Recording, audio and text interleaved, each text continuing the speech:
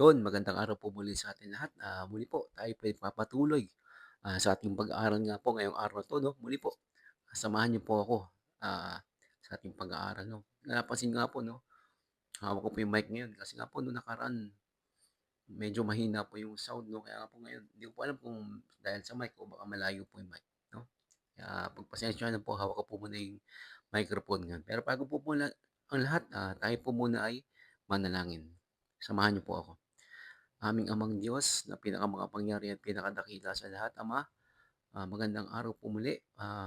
Maraming maraming salamat po muli sa araw na iyong pinagkaloob sa'min. Patuloy mo kaming gabayan, samahan, Ama, sa aming pag-aaral ngayon ng iyong salita. Bigyan mo po kami ng karunungan, ng wisdom na nagmumula sa iyo, upang lahat po ng mga mensahe mo ay maunawaan po namin, Ama. Tulungan mo po kami sa araw na ito, Ama. Muli po, in Jesus' mighty powerful name, I pray. Amen at amen. Yun, magandang umaga nga po muli sa inyong lahat, ano. Ito nga po, hawak po muna yung mic, pasensya na po. Yan po. Ito nga po yung pagpapatuloy po na ating series nga po 'no, ng tunay na pananampalataya 'no. Ito nga po, napag-aralan po natin nakaraan ano, ang tunay na pananampalataya. Ito nga po, ang continuation nga po nun 'no. Ang title nga po natin ngayon ay Tunay na Pananampalataya, Nagpapatuloy sa Pagsunod sa Lakad ni Jesus 'no. Yan po ang title natin ngayon ano. Nga po, halimbawa nga po, tanungin ko lang po kayo. Meron po ba kayong mga iniidolong mga artista o mga singer 'no? Minsan ano po 'no, sobrang pagka-idol niyo po sa kanila talagang kunyari mga artista, pinapanood niyo po lahat ng mga movie nila 'no, fina-follow sila sa Instagram, yung mga singer, mga concert pinapanood po natin 'no. Tapos halimbawa mga pulitiko naman 'no, talagang, sinusundan niyo po, talagang, minsan kahit hindi na po maganda yung plataporma niya basta sarado na po yung isip natin na talagang ito gusto ko 'tong ano 'to, pulitikong 'to 'no. Talagang all out po tayo sa pagsunod sa kanya 'no, kahit anong mangyari sa kanya sumusunod tayo sa kanila 'no. Ganun tayo idolo sa mga, tao 'no, sa mga tao dito sa mundo 'no. Pero halimbawa nga po 'no, sa Panginoong Hesukristo 'no, gano'n din po ba tayo 'no? 'Di ba napakasarap sumunod sa Panginoon kung halimbawa 'no, yung mga prayer natin nasusunod, natutupad, gumagaling tayo, lumalakas tayo. Pero halimbawa nga po 'no, kung may mga prayer tayo na hindi na po natutupad, kunyari medyo mahirap yung buhay, may sakit tayo, kaya pa rin po ba nating magpatuloy 'no, sa pagsunod kay Hesukristo? At yan po ang ating pag-aaralan ngayong araw na 'to. Muli po, samahan niyo po ako. Ito, magsimula na po tayo 'no. Ito nga po ang ating, pag-aaralan ngayon ay mula po sa 1:6 'no, 1 chapter 6 'no. Ito nga po 'no, tingnan nga po natin 'to. Ito nga po ay sa verse 66 to 69. 'To, basahin ko po muna, samahan niyo po ako sa pagbabasa. 1:6, 66 to 69. Mula nooy marami sa kanyang mga alagad ang tumalikod at hindi na sumama sa kanya. Tinanong ni Jesus ang 12, "At kayo, gusto rin ba ninyong umalis?" Sumagot si Simon Pedro, "Panginoon, kanino kami pupunta? Nasa inyo ang mga salitang nagbibigay ng buhay na walang hanggan. Naniniwala kami at natitiyak namin na kayo nga ang banal na mula sa Diyos." Ito po nakita po nabasa po natin 'no. Ayon nga po dito sa 1:6, 66-69, meron pong magaganap na pagtalikod o may mga tumalikod nga po 'no, at yan po'y pag-aaralan natin mamaya 'no. Nga po 'to, ito nga po sa 1:6 'no, pero hindi na po natin babasahin yung buong chapter ng, 6 'no, kasi po napakahaba po nito, 71 verses po 'to 'no, abutin po tayo hanggang mamaya 'no. Kukunin na lang po natin yung mga buod, yung mga sa-summary po natin 'no, yung mga pointers na lang po kukunin natin. Yan po, magpatuloy na po tayo. Ito nga po 'no, basahin po natin yung sa 1:6, 1-3. Samahan niyo po ako. Pagkatapos nito, tumawid si Jesus sa ibabaw ng lawa ng Galilea na tinatawag ding lawa ng Tiberias. Sinundan siya ng napakaraming tao sapagkat nakita nila ang mga himalang ginagawa niya sa pagpapagaling sa may sakit. Umakyat si Jesus sa bundok kasama ang mga alagad at naupo roon. No? Nakita po natin, nabasa po natin dito sa 1:6, 1-3, sabi nga po dito, pagkatapos nito. Ibig sabihin, may nangyari po bago 'to 'no. At ang nangyari po bago ito, nga po yung nagpunta nga po sila ng napadaan po sila ng Samaria kasama yung mga alagad niya. Nakatagpo po niya yung, Samaritan sa balon, nga po 'no. Sinabi niya po, siya po yung tubig na nagbibigay ng buhay at nga po naniwala po yung Samaritan at marami po mga taga-Samaria ang naniwala po kay Jesucristo 'no. Ta's pangalawa po naglakbay po uli sila Galilea 'no, napadaan po sila, nakita po nila yung, isang pinuno ng pamahalaan dun, napagaling po niya yung anak nun. Tapos dumaan din po sila dun sa matagal na pong may sakit 'no, na hindi nakalakad at pinagaling nga po ni Jesus at pinalakad niya 'no. Nasaksihan po at marami pong iba, nasaksihan po ito nung mga tao. Kaya nga po sinasabi dito, sinundan siya ng napakaraming tao sapagkat yung sa mga ginawa niyang himala 'no, pagpapagaling. Nakita po ito, sinundan po si Jesus 'no, nakita po nila yung mga himalang ginawa ni Jesus. Tapos nga po 'no, umakyat nga po sila sa bundok at dito na nga po nangyari yung ano 'no, yung feeding of yung 5,000 yung pinakain ni Jesus yung 5,000 'no. Tapos nga po 'di ba yung wala nga po silang pagkain pero may nakita nga po si Andres na, ah, 5 tinapay, 2 isda 'no, minultiply po ni Jesus yun at napakain po lahat yung mga tao at may natira pa po 'no, 12 basket pa po yung natira, talagang sobrang-sobra po 'no. At dahil nga po dun sa ginawa ni Jesus, ano po sabi ng mga tao, basahin po natin sa 1:6, 14-15. Sabi nga po dito 'no, "Nang makita ng mga tao ang himalang ginawa ni Jesus, sinabi nila, 'Tunay na ito ang propetang darating sa sanlibutan.' Napansin ni Jesus na lalapitan siya ng mga tao at pipilitin siyang gawing hari, kaya't umalis siyang muli at masigasig na umakyat sa bundok." Ito nga po ano, nung una po nakita lang po nila yung, himala 'no, na ginawa niya, sinundan po nila si Jesus. Dito lang po sa pangalawa, dito nga po sa yung pinakain nga po niya 5,000, mismo na-experience po nila yung himala ni Jesus kasi nga po 5 tinapay lang po yan 'no, tapos 2 isda pero nakakain po lahat at sumobra pa 'no. Kaya ang sinabi po nila dito 'no, tunay na itong propetang darating sa sanlibutan. Talagang inaano po nila, sinasabi po nila 'no, talagang, dito nga po naka-exclamation point po, talagang talagang bilib na bilib po sila sa Panginoong Hesukristo 'no. Kaya po sundan niyo po 'yun, tapos po sumunod nga po 'no, 'di ba umalis na nga po si Jesus, umakyat sa bundok tapos yung magtatakip-silim na nga po yung mga alagad, sumakay nga po ng bangka 'no. Dito nga po yung habang nagbabangka sila, inabutan po sila ng malakas na alon 'no, na hangin 'no, inabutan po sila sa gitna tapos nakita nga po nila 'no si Jesus na nasa ibabaw po ng tubig 'no, naglalakad. Natakot po sila 'no, pero sinabi po ni Jesus, "Huwag kayong matakot, ako ito," 'no. Kaya pinasakay po nila si Jesus at ngayon po nakarating po sila do'n sa kanilang pupuntahan. Nga po 'no, tapos nga po nung kinabukasan napansin ng mga tao na wala pa yung ano ro'n, yung bangka 'no, sabi nila 'no, na hindi nila kasama si Jesus kasi isa lang po yung bangka 'no, kaya sinundan po nila si Jesus 'no. Sumakay po sila ng bangka 'no, sinundan po nila si Jesus hangga't makarating po sila sa Capernaum 'no. Kita niyo po 'no, sinundan po nila si Jesus nung nalaman nilang, naghimala siya, nagpagaling, nabilib sila, sinabi nilang ito ang tunay na propeta 'no, nung pinakain sila. Tapos nga po ngayon nung umalis po si Jesus, sinundan pa rin po nila, nagbangka pa po sila. Nakita niyo po yung pagsunod po ng mga tao 'no, talagang sumunod po sila. Parang sa atin din po 'no, talagang 'pag nakikita po natin na yung sa buhay po natin, yung mga blessing ni Lord sa atin 'no, yung ginagawa niya sa atin, yung mga prayer natin natutupad, talagang patuloy po tayo sumusunod kay Jesucristo 'no. Yun, tignan po natin yung mga susunod na tignan po natin. Tapos nga po 'no, nung nakita na po nila si Jesus 'no, galing sila, nagbangka po sila 'no. Tapos nung binanggit po sa kanila ni Jesus yung tungkol nga po sa tinapay 'no, yung tinapay na nagbibigay ng buhay. Siya po nga po yung tinapay na nagbibigay ng buhay 'no, wag po kayong mag-settle. Sabi ni Jesus, wag silang mag-settle sa mga tinapay na nasisira, mag-settle sila sa tunay na tinapay na nagbibigay ng buhay 'no. Ano po ang response ng mga tao nung narinig nila yun, ito po ang response nila. Basahin po natin sa 1:6, 41-42. Nagbulong-bulungan ang mga Hudyo dahil sa sinabi niyang, "Ako ang tinapay na bumaba mula sa langit."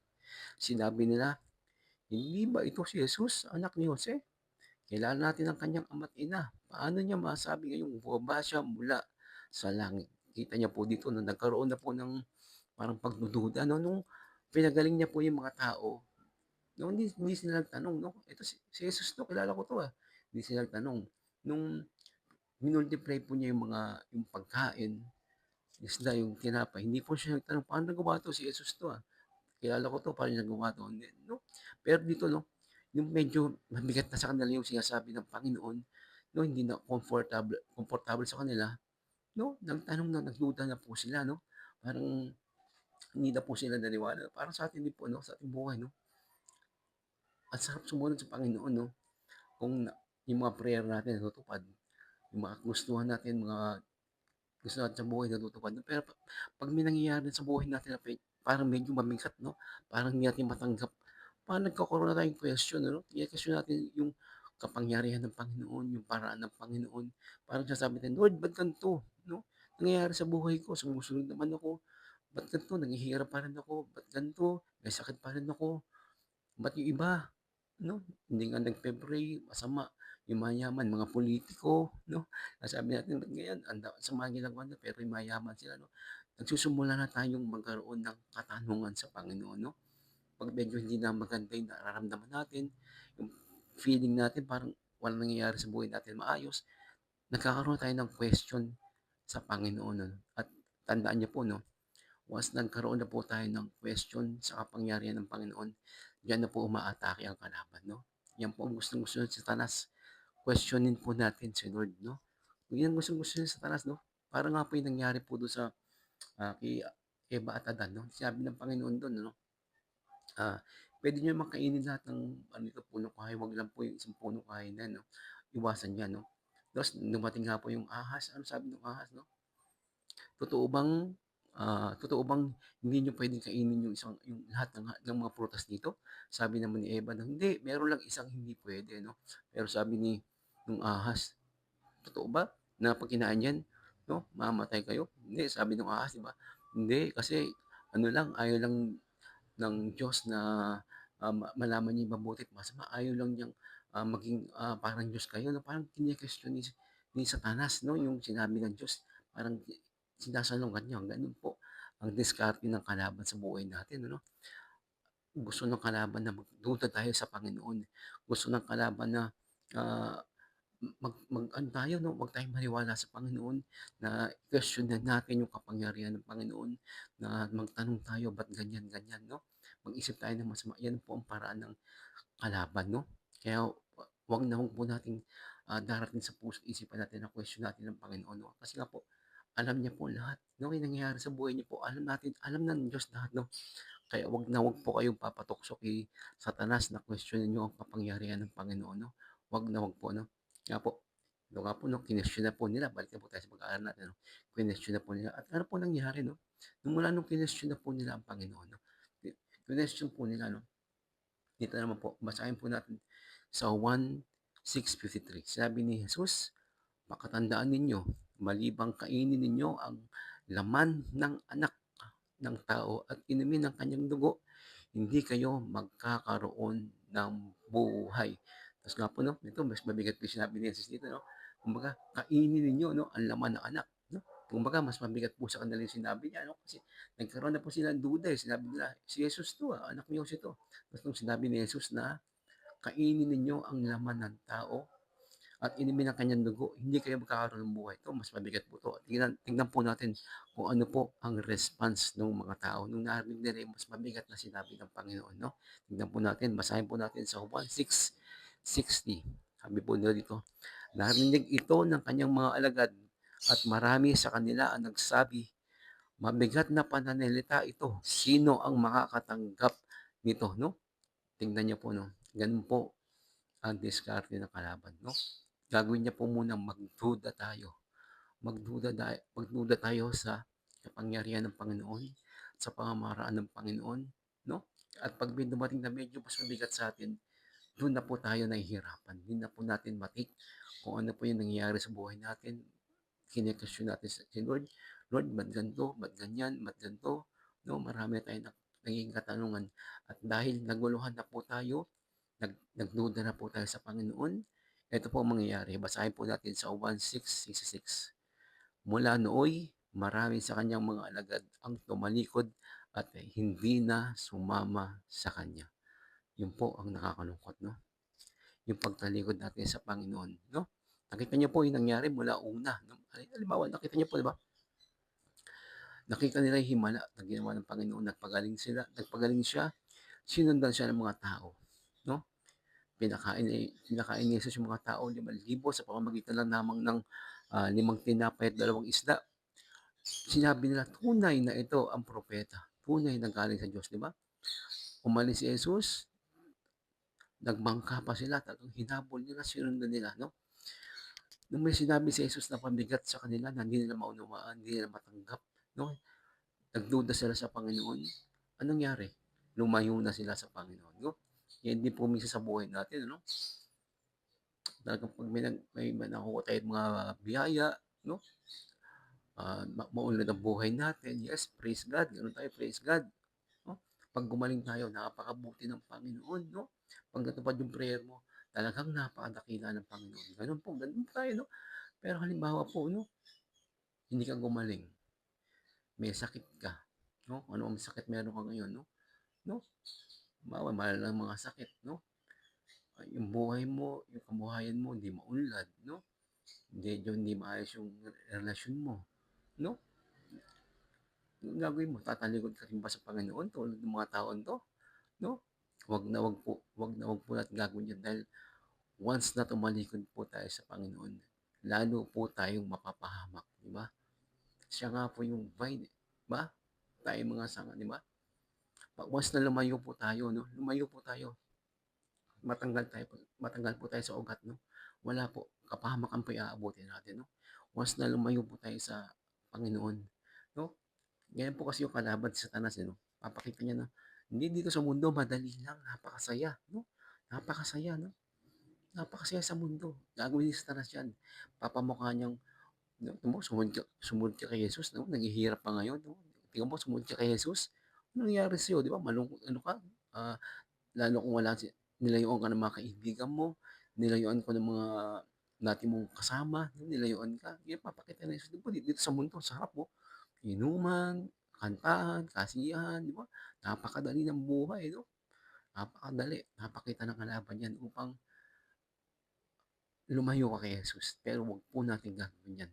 Dahil once na lumayo ka po kay Jesus, yun na po ang simula ng tunay na kapahamakan, 'no?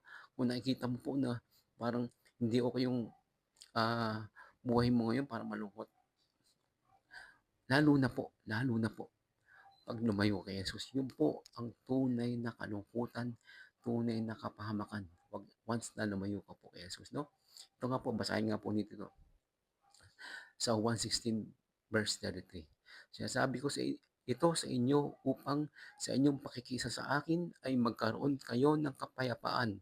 Magdaranas kayo ng kapighatian sa sanglibutang ito, ngunit tibayan ninyo ang inyong loob na pagtagumpayan ko na ang sanlibutan. Dito po sinasabi ni Jesucristo, 'no, magdaranas kayo ng kapighatian sa sanglibutan ito, 'di ba? Hindi naman po sinasabi ng Panginoon na once na kinilala niyo ako, sumama kayo sa'kin, sumunod kayo sa'kin, 'no, ayos na buhay na mangyayari sa inyo, puro kasiyahan na, puro kagalakan. Hindi, sinabi nga po niya, napakalinaw po dito sa 1:16, ano, magdaranas kayo ng kapighatian sa sanlibutan ito, 'no? Napakalinaw niya, pero sabi niya po, 'no, upang magkaroon kayo ng kapayapaan, 'no? Kasi alam niya po, ang Diyos ay kapayapaan, 'no? Kahit ano man pong sapitin nating problema dito, basta kasama natin siya, 'no? Merong kapayapaan po sa puso natin, 'no? Basta kasama natin siya, 'no?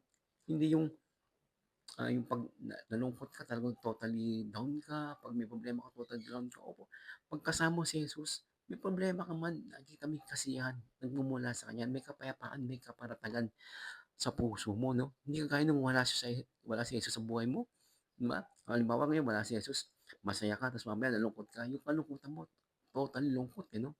Hindi kagaya nung, kasama mo si Jesus, kunyari may sakit ka man, 'no, medyo may problema ka man, masaya ka pa rin dahil alam mo nandiyan siya, nagbibigay siya ng tunay na kapanatagan, kapayapaan sa puso natin, 'di ba?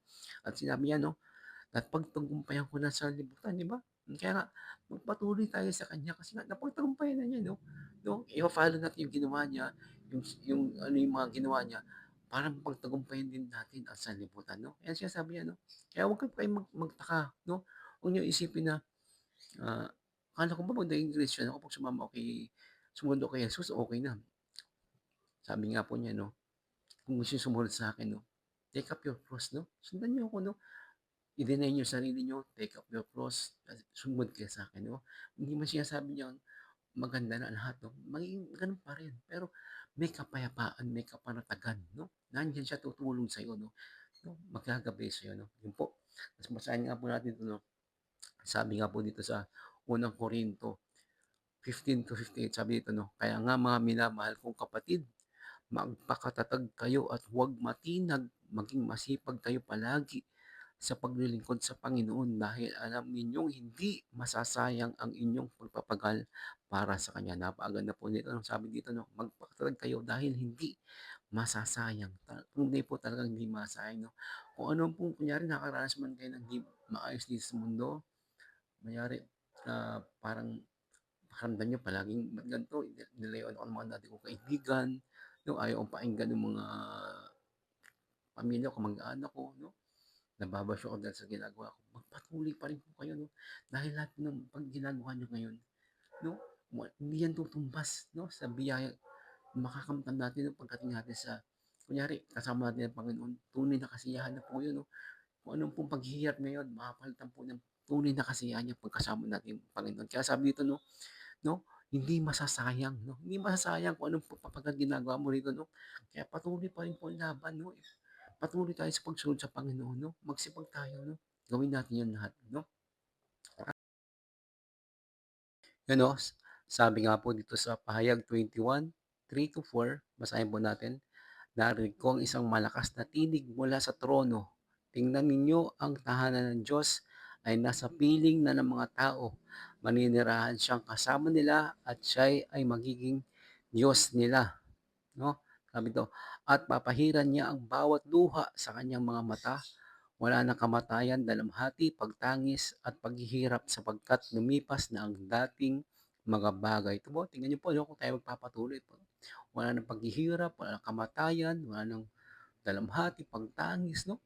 'Yan po 'no, kaya gusto ng Panginoon magpatuloy po tayo 'no.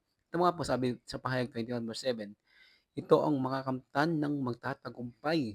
Ako'y magiging Diyos niya at siya naman ang magiging anak ko." Mo gusto ng Diyos na 'no, makasama tayo 'no, sa buhay na walang hanggan. Ayaw niya mapahamak tayo 'no, mahal na mahal po tayo ng Diyos, 'di ba? 'Di ba? 'Yan po.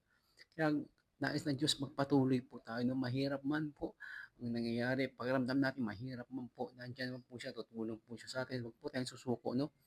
Kasi once nga po na sumuko tayo, yun po ang pinakamahirap na mangyayari sa buhay natin 'pag once na lumayo po tayo sa Panginoon, yun na po ang pinakamagulo, mahirap 'no, yun po ang pinakamahirap na mangyayari sa'tin 'pag wala po tayo sa piling ng Panginoon 'no. Dun po mapapahamak tayo ng tuluyan 'no, totoo tunay na kapahamakan na po 'no. Ito nga po basahin po natin sa pahayag 21 verse 8 mo makikita niyo po rito. "Subalit para naman sa mga duwag, mga taksil, mga gumagawa ng kasuklam-suklam na bagay, mga mamamatay tao, mga nakikiapid, mga mangkukulam, mga sumasamba sa Diyos-Diyosan at sa lahat ng mga sinungaling, ang magiging bahagi nila'y sa lawa ng nagliliyab na apoy at asupre. Ito ang pangalawang kamatayan." Ito po ang ayaw ng Diyos na sapitin po natin 'no. Mahal na mahal niya po tayo 'no. Ito nga po sinasabi po dito 'no, pangalawang kamatayan. Ito po'y tunay na pahirap 'no, araw-araw na pasakit, ang init, impyerno po 'to 'no, napakahirap 'no. Kung kaya ng Panginoon na sapitin po natin 'to, kaya kung ano po yung parang pakiramdam niyo na mahirap dito 'no, mas mahirap po dun. Kung yun ang sasapitin po natin, mas mahirap po yun. Talagang ano po yun, eternal death na po yun, wala na pong balikan yun 'no, hindi na tayo makakabalik 'no. Para nga po yung sa rich man tsaka kay Lazarus, 'di ba po? Sobrang init po, gusto niya po idampinan po yung daliri ni Lazarus para lang po mabawasan yung init, gano'n po. Mas mahirap pa po dun 'no. Kaya po magpatuloy po tayo, 'wag po tayong susuko 'no. Mas maganda po yung sabi nga po ni Apostol Pablo 'no, mas maganda po yung makakamit natin kung tayo magpapatuloy 'no. Walang ano, kumbaga walang katumbas yung paghihirap natin sa mundo sa sasapitin nating kasiyahan, kagalakan, pagkapiling na po natin ng Panginoon 'no. Kaya po magpatuloy po tayo, 'wag po tayong susuko 'no. Tignan nga po natin mga sinapit po ni ano, paghihirap na sinapit po ni Apostol Pablo 'no. Paulit-ulit siya 'pag hinampas, pagpapalo, binato, ilang beses po siya nabilanggo 'no. Mapanganib yung paglalakbay niya 'no. Gutom, uhaw, tsaka meron pa po siyang ano, sakit 'no, yung sa tagiliran niya, tinik sa tagiliran. Yun po, meron po siya, pero ano po ba sinabi ni Apostol Pablo 'no?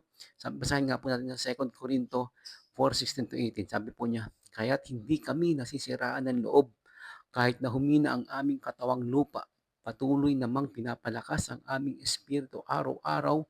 Ang bagya at panandaliang kapighatiang dinaras namin ngayon ay magbubunga ng kagalakang walang hanggan at walang katulad. Kaya't ang paningin namin ay nakatuon sa mga bagay na di nakikita at hindi sa mga bagay na nakikita, sapagkat panandalian lamang ang mga bagay na nakikita, ngunit walang hanggan ang mga bagay na hindi nakikita. Tingnan niyo po, no? Sinabi po niya, no? Panandalian lang 'to, 'no? Yung mga dinadanas daw ng kapighatian nito, 'no, magbubunga ng kagalakan na walang hanggan, 'no? Nakita niyo po, no? Ilang beses na bilanggo, pinahirapan siya, pinalo, meron pa po siyang sakit. Pero anong ginawa niya, 'no? Nagpupuri sa Panginoon. Sabi niya, "Panandalian lang 'to, matatapos 'to." Pero yung sasapitan nilang, kagalakan, kapiling ang Panginoon, wala pong katulas, 'no, katumbas, 'no? Gano'n po, tunay po 'yun, totoo po 'yun, 'no? 'No, kung anong po hirap dinadanas mo sa mundo, 'no, magpatuloy ka lang po, 'no, patuloy lang basta kasama ang Panginoon. Gagabayan ka ng po niya, bibigyan ka niya ng kapayapaan, kasiyahan, 'no, sa kabila ng problema, nandiyan siya, gagabay siya po sa inyo, 'no. At basahin po natin sinabi ni Apostol Pablo, 'no, "Kaya't ang paningin namin ay nakatuon sa mga bagay na hindi nakikita raw," 'no. Kasi nga po yung mga bagay na nakikita, ano po, panandalian lamang, ngunit ang mga bagay na hindi nakikita ay walang hanggan, 'no. Sabi nga po, 'no, parang sinasabi nga po, huwag tayong mag-focus po dun sa mga bagay na natatanggap natin, mga blessing na mga materyal, 'no. Mas focus tayo dun sa nagbibigay nung blessing, 'no. Kasi nga po, tayong mga tao, 'no, masaya tayo, 'no. Oo, masaya naman po talaga yan, makakuha ka ng magandang buhay, malakas na katawan, magandang trabaho, pero sinasabi, huwag po tayo dun mag-focus kasi po lahat po yun, ano pa yun, 'no, matatapos yun, masisira yun, mauubos yun, yung mga pagkain natin. Mauubos yan, yung lakas natin mauubos yan, manghihina tayo, kagandahan natin, magapuhan, mauubos yan, 'no, yung talino natin mawawala yan, 'no. Huwag po tayong mag-focus dun, mag-focus tayo sa tunay na blessing ng Lord. Ano po ba yun? Yung tunay na kaligtasan, 'no. Inalay niya nga po, 'di ba, yung buhay niya para sa atin, 'no. Wala siyang kasalanan, si Jesus wala pong kasalanan, pero siya po mismo ang umako ng ating mga kasalanan, 'no, para sa atin. Dun po tayo mag-focus, yung pa lang po 'pag tinignan mo pa yun po yung, oo nga 'no, makasalanan ako, dapat mamamatay na ako, dapat sa impyerno ang pupuntahan ko, pero mahal ako ng Ama, 'no, inalay niya ang kanyang bugtong na anak na si Jesucristo upang ako'y maligtas. Sino ba ako, 'di ba? Tignan niyo naman po 'yun, 'no, 'pag do'n po kayo nag-focus, kumbaga may hindi man gano'n kaganda ang buhay mo, may sakit ka man, 'pag tinignan mo po yung biyaya ng Panginoon, yung kaligtasang binigay niya, sobra-sobra na po 'yun, eh, 'no, yung malalaman mo, oo nga 'no, ang hirap ng buhay ko ngayon, pero alam ko 'pag ginawa na ako ng Panginoon, puro kasiyahan na, 'no, 'no, puro kagalakan na, 'no. 'Di ba sabi nga yung mga pipi, nagkakantahan, mga pilay, tatakbo parang usa, 'di ba? Puro kagalakan na, 'no. Kaya magpatuloy po tayo, 'no. Yung mga naranasan dito sa mundo, panandalian lang 'yan, 'di ba? Ilang taon na lang ba tayong minsan 70, 80, ano, 'di ba? Pero yung naranasan nating kasiyahan walang hanggan, 'di ba? Yun po ang dun tayo mag-focus, 'no, wag yung sa mga, sabi nga po dito, basahin nga po natin sa 1:6-27, sabi dito, "Wag ang pagkaing nasisira ang iyong pagsikapang kamtan, kundi ang pagkaing hindi nasisira na nagbibigay ng buhay na walang hanggan." 'No, sinasabi dito ng Panginoon, 'no, wag yung mga mahundong ano, 'no, bagay ang, mag-focus, 'no.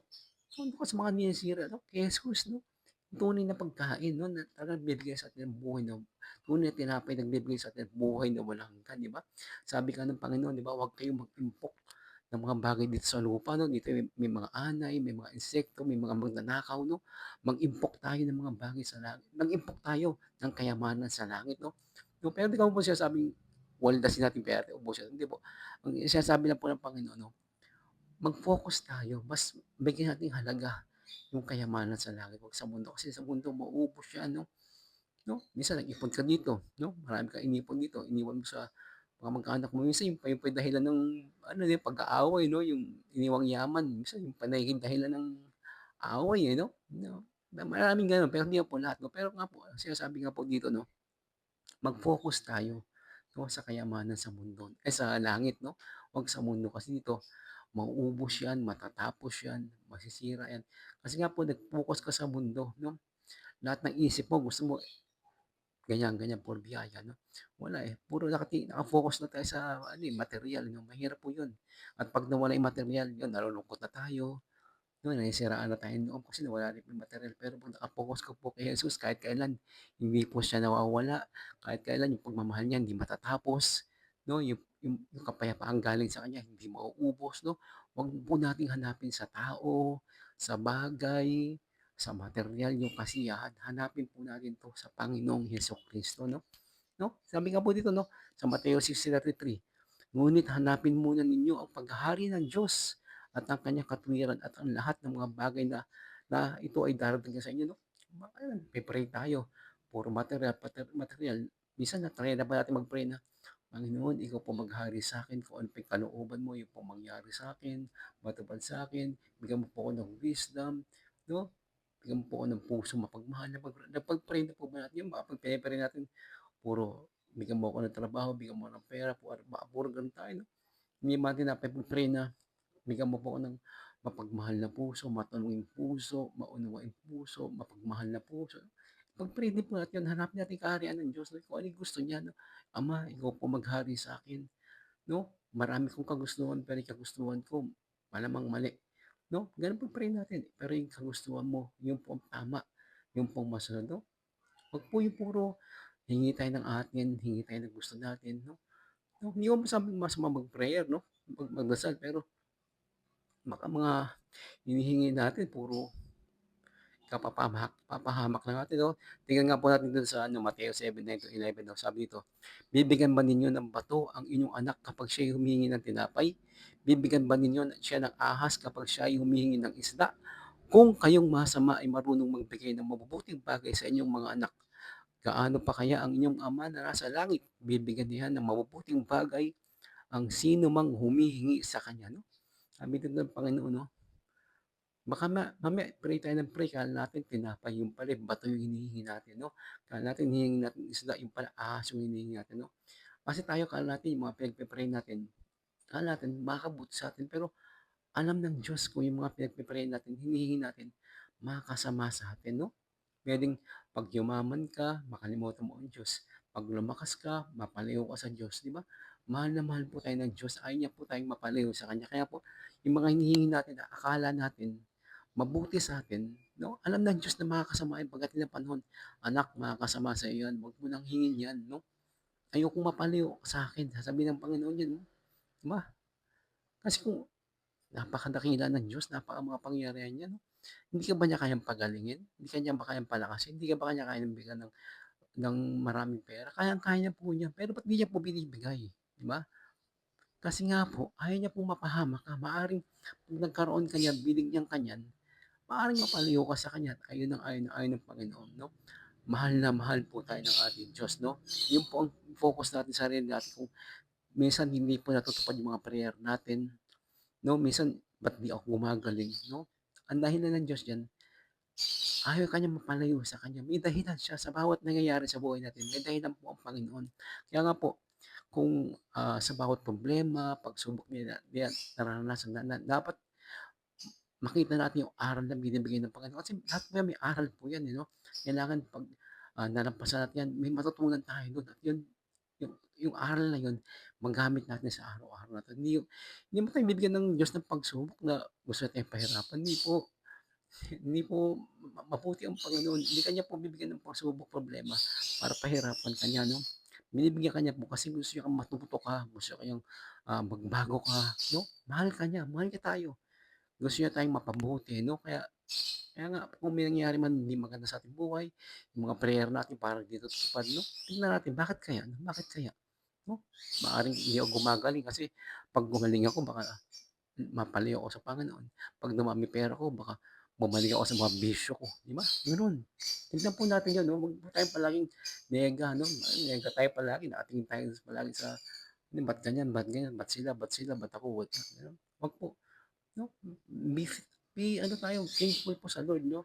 Palagi tayong titignan natin palagi yung kabutihan niya, 'wag yung ibang tao na ganyan, ba't sila sumasagana, tayo hindi, 'no, 'wag po, 'no.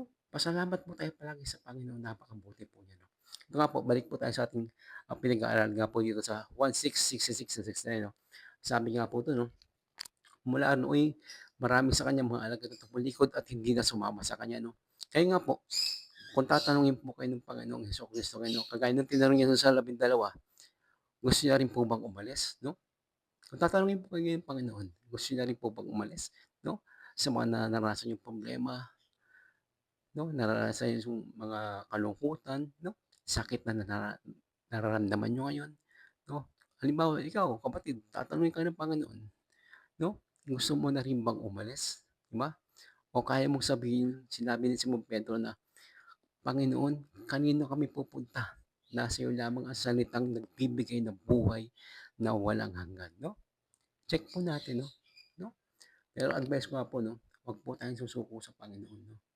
Sabi ko nga po kanina 'no, once na lumayo tayo sa Panginoon, yun na po ang simula ng tunay na problema. Yun na po ang simula ng tunay na paghihirap.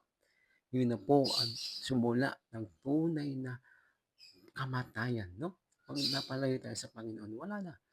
Hindi natin kayang mabuhay ang wala 'pag walang Panginoon. Kaya po, 'no, tularan po natin sinabi ni Pedro, 'no, na, "Kanino kami pupunta, Panginoon? Nasa iyo lang naman po ang buhay na walang hanggan." 'Di ba? 'Di ba 'pag lumayo kami sa iyo, kamatayan ang aabutin natin, 'no? Aabutin namin, 'no? Kaya po, 'wag po tayong susuko. Lumaban po tayo, 'no? Sabi nga po, lahat po 'tong paghihirap na 'to nararanasan mo, 'no, yung sakit na 'yan, wala 'yan sa kasama natin Panginoon. Naku, grabeng kasiyahan, grabeng kagalakan, 'no? 'No? Wala po, 'wag mo ating isipin dito sa mundo, okey lang po 'yan, matatapos din 'yan. Ilang taon lang naman po tayo sa mundo, eh, 'di ba? Pero yung sasapitin nating kaligayahan kasama ang Panginoon, walang hanggan po yun. Kaya patuloy po tayo, 'wag po tayong bibitaw. 'Wag po tayong mag-focus sa mundo. Ang mundo mandaya po 'yan. Si Satanas po dito, eh. Ginagamit niya po yung mga luho sa mundo, eh, para dayain po tayong mga tao, mga Kristiyano, mga naniniwala sa Diyos. Gusto niya ng kadamay nga po, 'di ba? Gusto niya ano, eh, lahat tayo masama sa kanya sa impyerno, pero 'wag po tayong ano 'no, 'wag tayong papanilang sa kanya 'no. Lahat po papakita niya, masarap ang buhay sa mundo, madali, instant ang mundo 'no. 'No, tingnan mo, sasabihin niya sa'yo 'no, "Tingnan mo na nga, oh, Kristiyano ka pero ba't ganyan ka 'no, dati relax-relax ka lang, ba't ngayon nahihirapan ka na." 'No, hindi po, 'wag po tayong papaloko sa kalaban 'no. Lahat po gagawin niya para ma-distract tayo, lahat gagawin niya para mapalayo tayo sa Panginoon 'no. Yun po, eh, 'wag po tayong, papaloko 'no, sa kalaban 'no. At nga po dito pinakamaganda nga po dito sa 69 din po 'no. Ang sabi po dito sa verse 69, "Naniniwala kami at natitiyak namin na kayo nga banal na mula sa Diyos." 'No. Bakit po ba nila nasabi yun sa una na hindi kami aalis? Kasi nga po, sinasabi nga po ito, naniniwala sila 'no, at natitiyak 'no. Gano'n po tayo 'no. Kailangan po tayong maniwala 'no, sumampalataya sa Panginoong Hesukristo 'no, 'no, para talagang magkaroon tayo ng, buhay na bago, magkaroon tayo ng personal na relasyon sa kanya. Kailangan sumampalataya tayo para tayo maligtas 'no. Sabi nga po nung napag-aralan natin last week 'no, hindi po natin makukuha ang kaligtasan sa ating mga gawa.